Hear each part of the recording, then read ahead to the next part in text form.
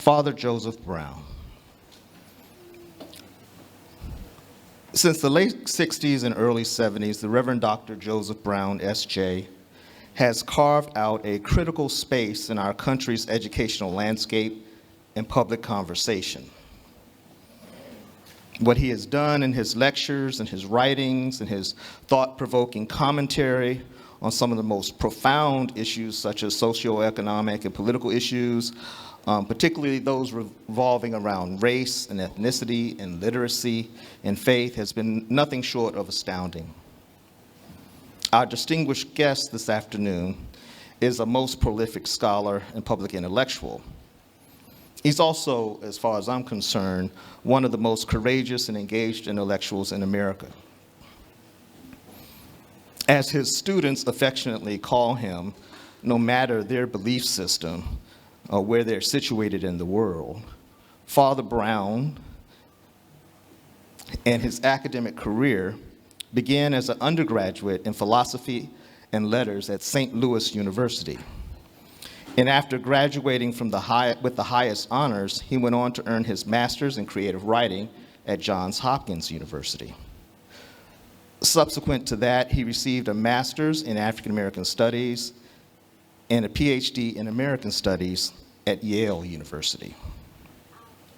His professional experience began at Johns Hopkins, then at Creighton University, where he taught in the Department of Fine and Performing Arts. He was an assistant chaplain there, coordinated the theater program, and was artist in residence. He then went on to hold faculty positions and deanships at the University of Virginia, Xavier University of Louisiana, and he's the holder of the McLean Chair of Jesuit Studies, as he is a Jesuit priest, at St. Joseph University.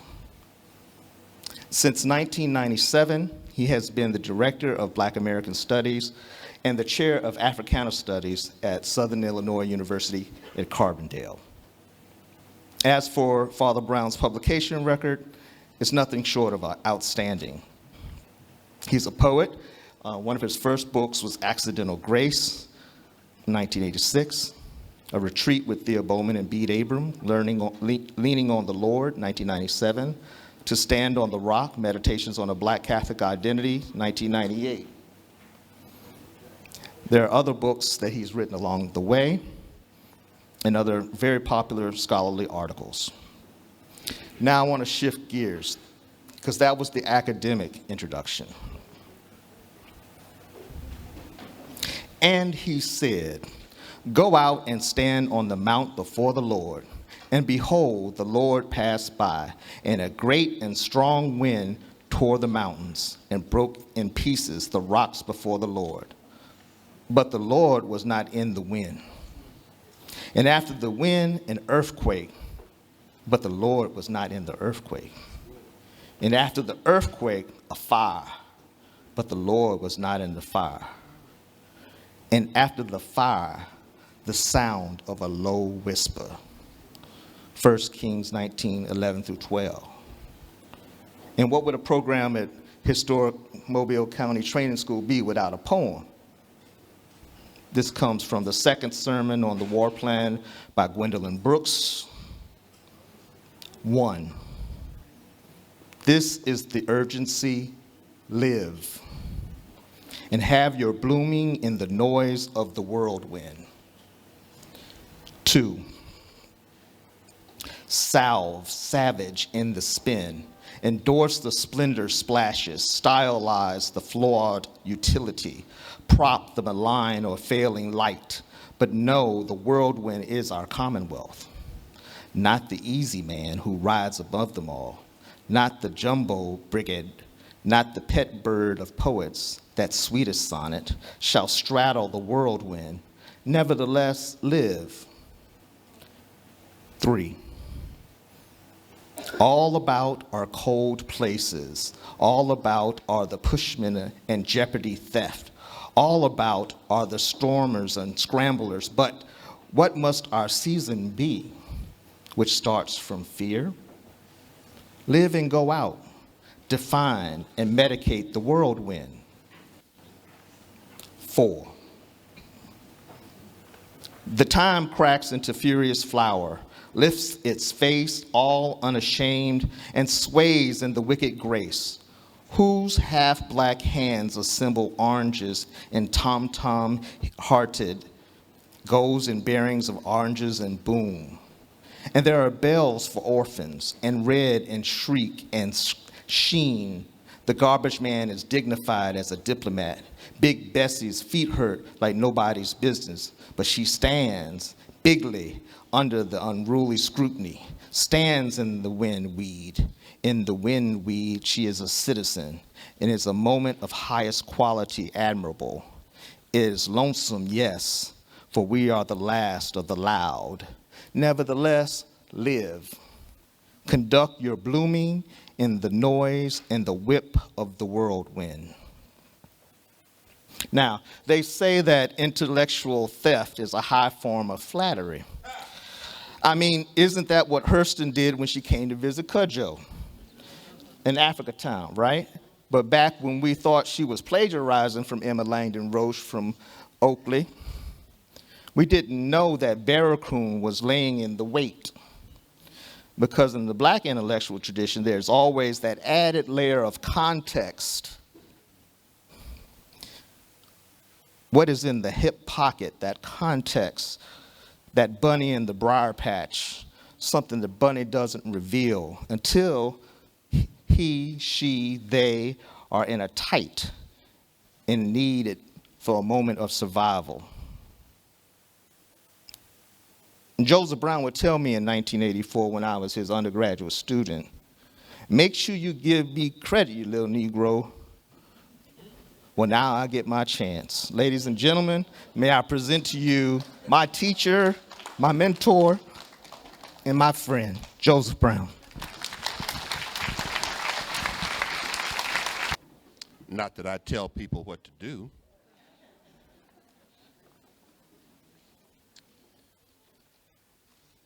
Dr. Jackson was correct in almost everything he said, which was remarkable. But in the convergences, that was not going to be my theme today, but the convergences, how there are no accidents, especially when the libation rite was the opening prayer, which is why I said there won't be one. What Professor Ferguson did here with that libation rite were things that I said we really need to do, which is to name the names of our ancestors. And thus it was. And this morning I was going to try to find the business office at the hotel and print up the passage from Kings that Kern just read about Elijah climbing the rock and hearing God in the stillness. The occasion, the reading there, Gwendolyn Brooks. These are all moments that, to me, I could just take my check and go home now. Because you all have done exactly what I expected to tell you to do. I get a lot of credit for being really smart and telling people this, that, and everything else, and it's usually because I was just listening to them and I told them what they told me.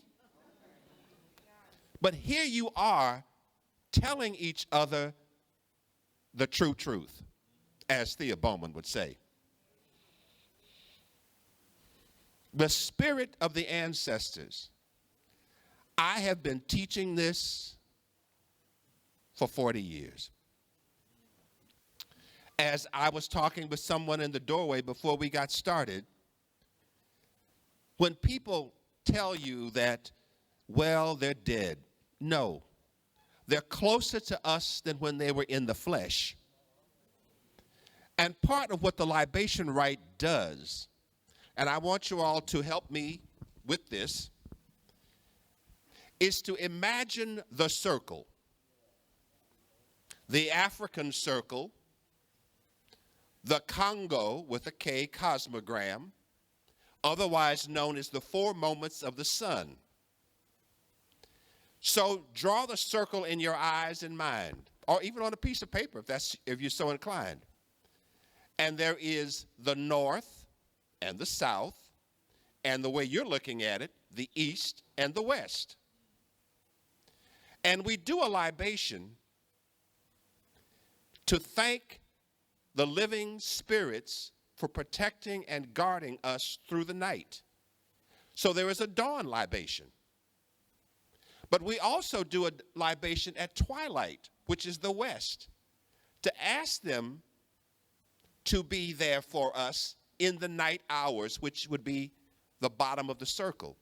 But then when we need them in a special way, we go out to where they are resting in bone and pour something and call on their names to ask them to be of special guidance to us in times of difficulty and confusion.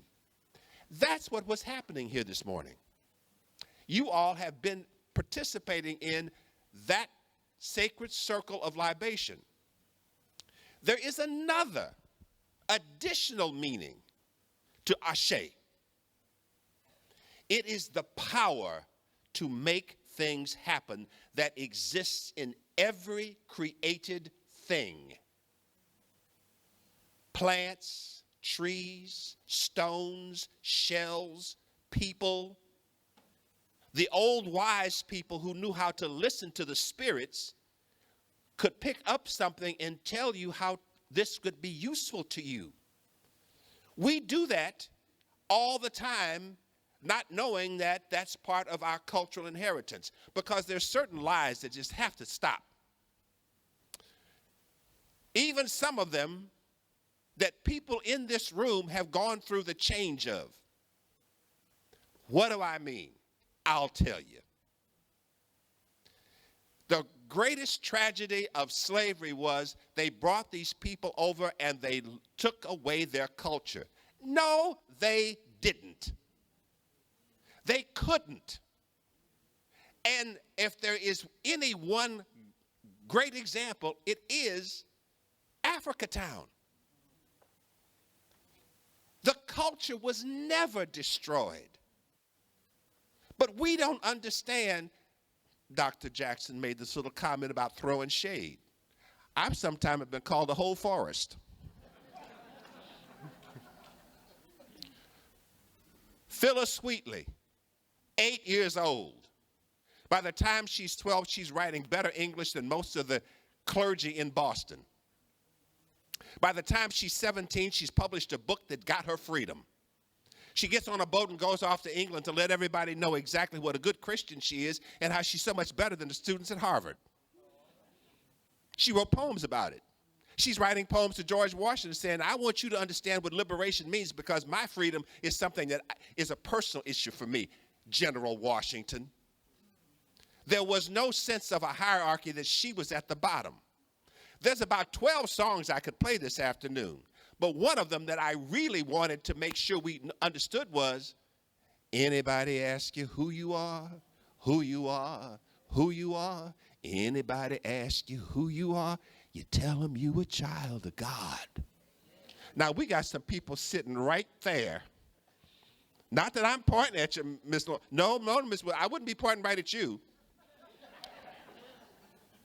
A lot of us old people in the room spend our lives telling the babies, I don't care what nobody else says about you, you a child of God.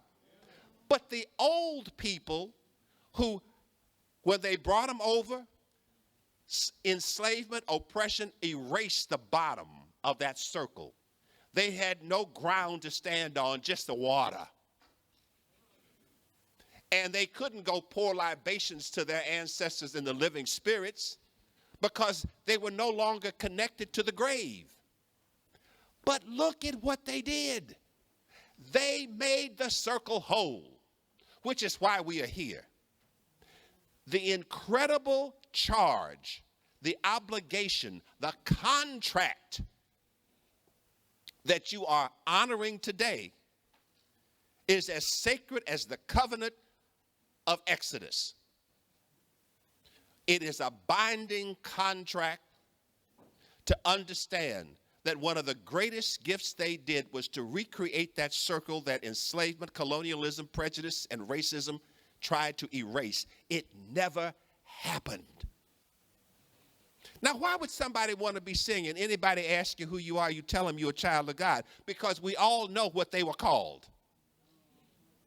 And we also know this, and nobody ever wants to talk about it. There wasn't a man, woman, or child on those ships that was not sexually abused, because sexual abuse is a way of breaking the spirit. Frederick Douglass was sent off to somebody who would strip him naked, take him into a barn, and beat him so that he would never, ever, ever be aggressive and self-reflective. And it didn't work. But I know that when Phyllis Wheatley got off that ship, she was older than anybody in this room. And they don't want us to forget it. They don't want us to obsess on it, but they do not want us to forgive it. Never forget. Now, there's some other lies that get told. Well, that was the past. You can't go back and undo the past. Well, an awful lot of people getting paid good money in therapy for doing that. All them therapists want you to go out there and undo the past. And I ain't never seen a lawyer who didn't want to go and undo the past. So don't tell me you can't undo it. You did something wrong to me, I'm going to sue you. I'm not telling anybody of the Africatown descendants what they need to be doing with their lives to undo the past. I ain't telling you that, because after all, the cameras are on me and I want to get home safe. That was another tree that just grew up. Did you notice that? There's some more shade over here. I'm going to grow some over here too. It's going to be so they're going to turn on extra lights just to see me. You can't undo the past. Of course you can. They did it. Ain't no grave can hold my body down. You don't have to get a PhD in theology to understand the truth of that. But you probably need one in order to honor the people who were the most brilliant scholars we ever had. Ain't no grave. One of the other songs.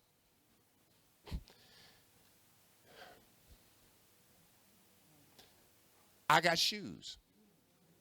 You got shoes. All God's children got shoes. When I get to heaven, I'm going to put on my shoes, going to walk all over God's heaven. Heaven. Everybody talking about heaven ain't going there. Mister with the shotgun making sure I don't say the wrong thing in church. Just because you said it, massa, don't mean it's going to work for you. That also is part of the Africatown contract. Because part of racism, part of the ugliest part of racism, is that we give people the benefit, or sometimes some of us give some people the benefit of being ignorant, dumb, and stupid. Now, I was doing a panel discussion back at the University of Virginia around 1987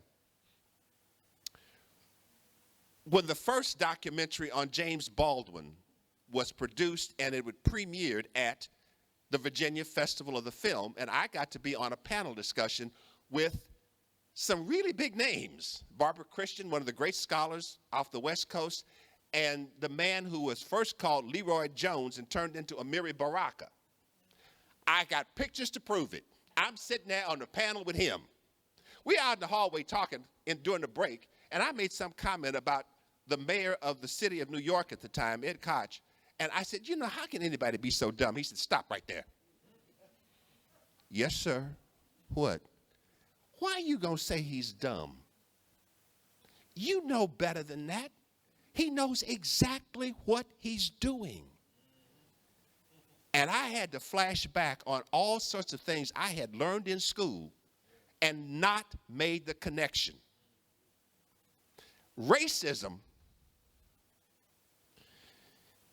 is a way to make sure that we can never be free, ever be free. It convinces the oppressed that you will never, ever, ever be able to undo what we're doing to you. But it also is part of the oppressor's mindset that if we ever let these people be free, they're going to turn around and do to us what we did to them. And they might be right. The Constitution of the United States was written after about 50 slave rebellions had happened in this country, and the slave owners at the Constitutional Convention wanted to make sure that they had special protection for their way of life, and they put the Second Amendment in there to have a police force that could always patrol in case of an uprising or rebellion, Native Americans and Africans. We want to make sure that they don't come and pay us back for what we did. But that's not what you all are about. You all are about, you need to pay us back for what you did. That was what they went to Mayor and said after emancipation. Now give us some land. I ain't giving you nothing. I would hate to be one of his descendants. Because not only does trauma go through generations, so do the nightmares of racism. And until that nightmare is cleansed and healed, they will never be happy. Because part of all of the great richness of black culture is we can still sing, we can still dance, we can still play the drums. And they got that wrong too. Oh, they such happy-go-lucky darkies. Look at them. They've been working in them fields all day, and they come out there and they just sing and dance. Y'all don't know what we're doing, do you? We're running sound through our bodies. We are doing everything that all sorts of really important and expensive therapists would tell us to do to restore our health so that we can move on up a little higher. That's what we are doing. But you know what? Y'all don't need to figure that out. Go ahead and tell them whatever lie you want to. We know who you are because we nursed you from infancy. And here's another thing. Storytelling. Always storytelling. We have nothing but stories. And part of the pain of black storytelling, part of the pain of black voice, any utterance, am I taken seriously? Does my word matter to anybody? Can my word be validated? Can you take me at my word? America refuses to do that to the black voice until we speak America's language, which is violence. Unfortunately, they got more guns. They got the rule of law, which means they can enforce whatever the police can enforce whatever they want. But my voice will not be silenced. Your voice will not be silenced. But what is it, if you want to understand about music and dance and spirit possession, which is what we got started with today, which is why this Descendants organization is in existence, spirit possession. That's what the dance and the trance and the shouting and all of that does in church or at parties or even in the kitchen. My grandmother saved a number of lives by singing while she was cooking. Because if she had picked that knife up and stopped chopping them carrots and went in the living room, we never would have seen her again. She just started singing, "Swing low, sweet cherry." I didn't know what she was doing until I went to Yale and wound up taking classes going, that woman, oh my God, self-therapy and prevention of cruelty to the folks in the front of the house. We are the sophisticated healers of America, and everybody in this room knows this. one more time, we're going to have to save this country from its own ugly self. But let's not start with the global. Let's start in Mobile. Tree just grew up. I ain't got no more to say. But here's another thing about the black voice. Phyllis Wheatley can be writing poems when she's 15, 16 years old to General Washington and the students at Harvard who were partying too much, and she didn't think that was a good Christian thing to do. But there has never been a day in American history when some black voice wasn't saying, y'all really need to stop doing what you're doing because you're going to wind up regretting it. That's how the AME church got started.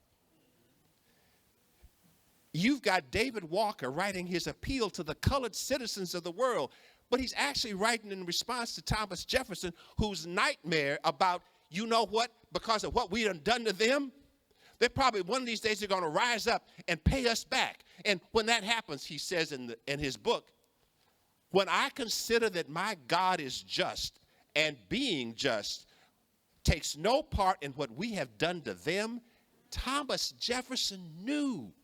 He also said that one of the most depraved things in the world were the white people in Virginia who took their sons when they were getting to puberty and took them into the quarters to prove themselves. He writes about this. This has been going on since the beginning. You got to give him credit. If there's anything you can say about Thomas Jefferson, he was a founding father. 2 more trees just went up. I ain't got no more to say. I mean, I'm sorry. And if you thought that, then you're really crazy. Now, here is my challenge for the descendants. You know what you got to do. You know what you want to do. But one of the things we have to do is go down by the riverside and cleanse ourselves. Because too many, maybe all of us, including me, had to wake up and realize that somebody else taught us what it meant to be black. I've had at least 3 nervous breakdowns and 1 bout of suicidal tendencies, all due to racism in the Catholic Church in my religious community. I grew up believing I was supposed to be a credit to my people. I grew up believing I was supposed to be a bridge between cultures. I grew up believing I was supposed to be tolerant and understanding of people who didn't have my best interests at heart. I grew up believing that I needed to be silent about the sexual abuse I had experienced at the age of 5. I grew up believing all of that, so I wound up with headaches, ulcers, and depression. Until I finally realized, open your mouth, tell the truth, and let the world get used to it. I am not going to die so that you can be comfortable.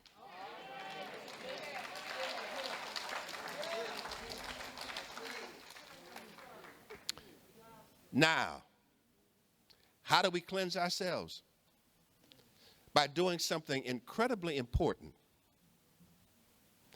Listen. Just listen. And whatever she says, whatever they say, you say thank you. Just say thank you. And we are going to be building strength in such a way as was said during the libation. What black family has always done is to love us no matter what. The day I went to the seminary, my mother stayed home because she didn't want to cry in front of everybody at the train station. August 14th, 1962. All right, math people. Yeah, I look good for my age. But as she hugged me and kissed me goodbye at the front door, the last thing she said to me was, pray for your brother. because we didn't know where he was. My grandmother, her mother used to say, well, it's getting to be wintertime. I guess Frederick will wind up in jail again so he can stay warm. Waupun, Menard, Joliet, Leavenworth, maximum security prisons, everything from stealing, inciting to riot, to second-degree murder, 37 years of heroin junkie. Last thing she said to me before I left that house, pray for your brother. He introduced me one day. I was home for Christmas, and we went over to the methadone clinic. And somebody said, who is that, Charlie? That's my brother. He loves me to death when I'm doing right. But when I'm doing wrong, he won't even talk to me. So do right. And he did. My mother had to intervene on his sorry life. The day I was being ordained a deacon in the Roman Catholic Church, my grandmother was there just as proud as she could be. He broke into her house to steal money so he could go buy drugs. When I was ordained a priest, he made sure he was in jail so he wouldn't embarrass the family by being in church. I had to go get him out of jail 2 days after I became a priest. But you want to know something? Every Sunday morning for the last 13 years of his life, he called me right on his way to church. He was standing room only. Why? Because I decided when he called me, I would just listen. Somebody had to hear it. I found that out. Somebody had to hear me. Descendants, listen to one another. Well, I don't know why he wants us to do that. That don't make no sense. Shh. Listen. Just listen. Because maybe I'm saying all this because ain't nobody else paying no attention to me. And after we done gone around the circle, listening to one another, the spirit of the ancestors is going to say, did you hear such and such and such and such? Do it. But you're not doing it for yourself. You're doing it to make sure that their business gets finished. Now, if you listen, you don't want nothing for yourself, but you want it for somebody else who can't get it for themselves. That's important. And the circle, I can't tell you, that is the most sacred thing we've got because it moves through time. This is why we all get caught up and get confused and get depressed and finally decide to give up hope. Why are we back here again? How many times we got to come back to the same damn thing? Well, guess what? The last time you did it was Monday, September 4th, 1989. Well, now we're in 2022. So things have changed. Even though the same pattern repeats itself, it moves through time. We move through time, and we bring everything new that we have learned and some of the things we decided to finally forget with us. So every time you hear the same old thing, it's brand new. Make sure you understand that, descendants. But the other thing that I really, really, really want to tell you, biggest lie we get told in school is that history is a straight line. It ain't a straight line. It is a circle that moves through time. It spirals. And no matter where you are on that circle, this is what they did at the African dance. If I'm here, sooner or later, I'm going to move around and I'm going to be over here. So I ain't got to step on you to get to where I'm going. I don't have to step on you. Get out of my way. How many times have people done that to us? Well, wait a minute now. Get the drums going and let's just keep moving around in the circle. We all going to get to that same spot. So why you got to fight each other? And the other issue is reconciliation. Now, I'm Catholic. I know y'all had to find that hard to believe. But I'm Catholic. And in the Catholic Church, we have something called the Sacrament of Reconciliation. And I've been preaching this to a whole bunch of racist Catholics for a long time now. The first thing you do And we used to call it confession. You go to church and you say, Father, forgive me for I have sinned. I'll probably be 98 before I ever hear America say that to us. We cannot do reconciliation until the folks that own so much of this land finally start talking to the documentarians and the newspaper people and everybody else and say, forgive us, for not only have we sinned, but we're sorry. Now, the other part of the Sacrament of Reconciliation is, what must I do to prove that I am sorry for my sins? Ooh, that's a bad thing. I got to do something? Yeah, and a whole lot more than 3 Hail Marys. Back in the old days in the Catholic Church, people only went to confession in public. So everybody knew.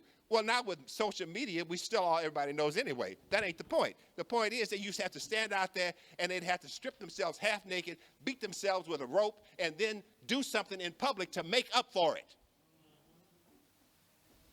I ain't got nothing to say about that. But you're going to have to start praying for and working toward reconciliation.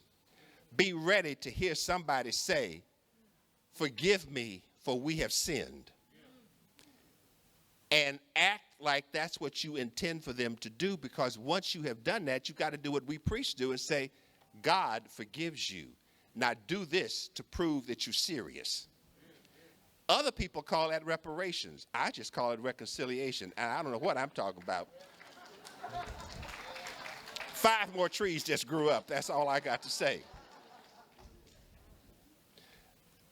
Next week, I'm going to be teaching in my class Critical Issues, the book by Carter G. Woodson, the father of Negro History Week, who is the grandfather of Black History Month.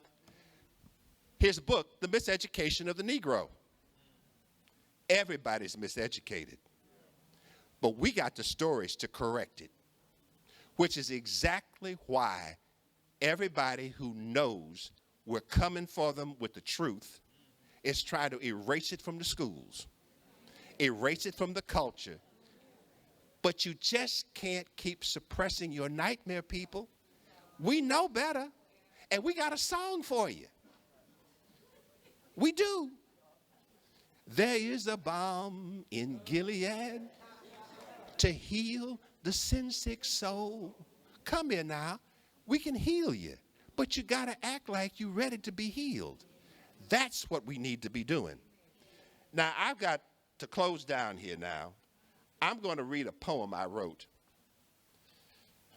a long time ago. The story. When Martin Luther King Jr. was murdered, I had been depressed all day and didn't know why. I went downstairs in the seminary house where I was staying in St. Louis to pick up a magazine. I couldn't go to class, and I just felt awful.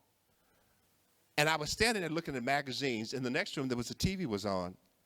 And that's when the bulletin came on. Martin Luther King was shot tonight on a hotel balcony, and then I knew what I had been foreboding. It was in me. I went upstairs and lay down on the bed. I had the radio on, and it was always the last of all the news breaks, the statement about what happened to him. I wanted to go to the memorial march in St. Louis, but the priest in charge of my house wouldn't let me leave. I gave a speech that night in the dining room. The first time I ever stood up in front of all my seminary friends and priests in charge and told them, I'm black and you ain't. And if you had been doing the right thing, he might not have died. They could have, well, they did take it out on me, but I didn't care. 5 years later, the year I was a deacon in 1972, I was invited to come to the biggest auditorium in St. Louis and read a poem. How much it changed in 5 years. And this is the poem I wrote. And I'm doing this as a blessing to y'all. 5 years later, for us, for Martin, ain't a soul amongst us who don't know for sure, Lord, Lord, that we ain't in heaven yet and our hell is standing still. Did you hear him shout? Don't you get weary? Don't you get weary? Like as not, we all old folks, bent and twisted from the common misery, shading our eyes with crooked fingers, palm high to the sun, looking out down the road all day. Who we looking for? Did you hear him shout?